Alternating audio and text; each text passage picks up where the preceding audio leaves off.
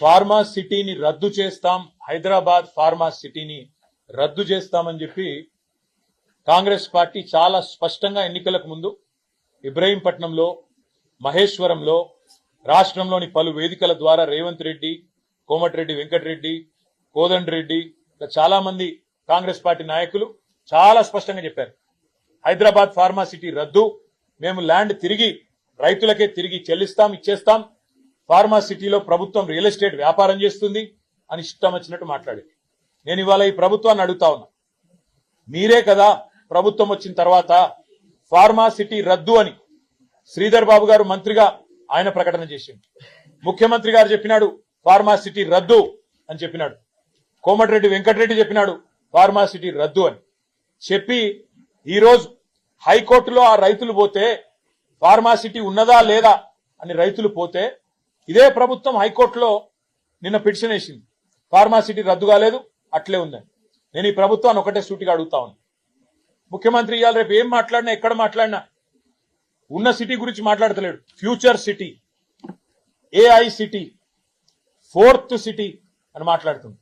ముఖ్యమంత్రి రేవంత్ రెడ్డి చెప్పు, చేతనైతే నీ భాషలో చెప్పాలంటే మొగోడు అయితే చెప్పు, 1 ఎకరం సేకరించినావు ఆ భూమి?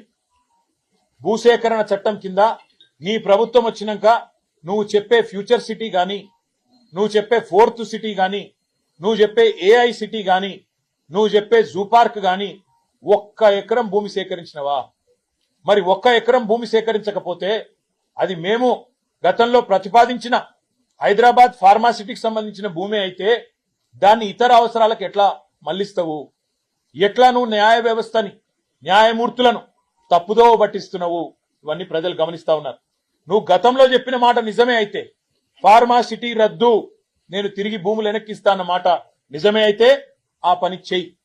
అట్లా కాకుండా నేను 4th సిటీ కడతా, 5th సిటీ కడతా, ఇంకేదో కడతా, మా 4 బ్రదర్స్ కి రియల్ ఎస్టేట్ దందా కోసం దీన్ని వాడతా అంటే మాత్రం రైతులు ఊరుకోరు. ఏ రైతులైతే నీకు ఓటేసి ఇబ్రాహీంపట్నంలో ఇంకా ఇతర ప్రాంతాల్లో గెలిపించినరో వాళ్లే నీ పార్టీ అంతు కూడా చూస్తారు. ఇంకొక మాట కూడా నేను అడుగుతా ఉన్నా, రేపు కోర్టులో ప్రభుత్వం స్పష్టంగా చెప్పాలి, లక్షలాది మందికి ఉపాధి కల్పించే ఫార్మా సిటీ కడుతుండ్రా లేదా? రెండో మాట కూడా నేను అడుగుతా ఉన్నా, కోర్టు కూడా నోటీస్ చేయాలని చెప్పి కూడా నేను విజ్ఞప్తి చేస్తా ఉన్నా న్యాయమూర్తులకు. ఫార్మా సిటీ ఆనాడు 14,000 ఎకరాలు 7 ఏళ్లు కష్టపడి మేము రైతులను ఒప్పించి మెప్పించి నానా తంటాలు పడి సేకరించిన 14,000 ఎకరాల్లో 64,000 కోట్ల పెట్టుబడులు రావాలని, లక్షలాది మందికి ఉద్యోగ ఉపాధి అవకాశాలు రావాలనే ఒక ఆకాంక్షతోని మేము ఆనాడు ఫార్మా సిటీని ప్రతిపాదించినాం. ఇవాళ నేను న్యాయమూర్తులను కూడా కోరుతా ఉన్నా, దయచేసి మీరు గమనించాలని చెప్పి కూడా వేడుకుంటా ఉన్నా. ఫార్మా సిటీ అనేది 14,000 ఎకరాలు మేము ఏదైతే సేకరించినామో అది కండిషనల్ ల్యాండ్ అక్విజిషన్. కండిషనల్ అంటే ఫార్మా కోసం మాత్రమే మేము తీసుకుంటున్నాము ఈ స్థలాన్ని అని చెప్పి ఆనాడు భూసేకరణ చట్టాన్ని స్పష్టంగా ఆ జీవోలోనే పేర్కొంటూ ఫార్మా సిటీ కోసం అని తీసుకున్నాం.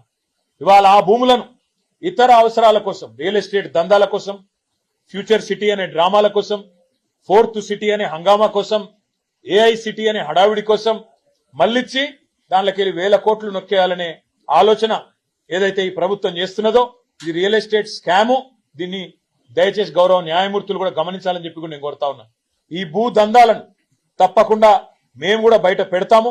సమయానుకూలంగా ఎవరెవరు ఇందులో జోక్యం చేసుకున్నారు, ఎట్లా జరుగుతున్నది, ఏం జరుగుతున్నదో కూడా చెప్తాం. కానీ ఫార్మా సిటీ విషయంలో మాత్రం ప్రభుత్వాన్ని నేను అడుగుతా ఉన్నా.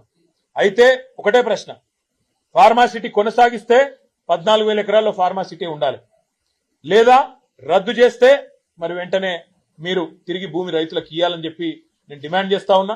తొందరలోనే మేము కూడా పార్టీలో ఈ విషయమై మొత్తంగా కూలంకషంగా చర్చించి ఒక నిర్ణయం కూడా తీసుకొని ఆ రైతులను కూడా అవసరమైతే కలవడానికి కూడా బయలుదేరుతామని చెప్పి కూడా నేను మీకు తెలియజేస్తాను.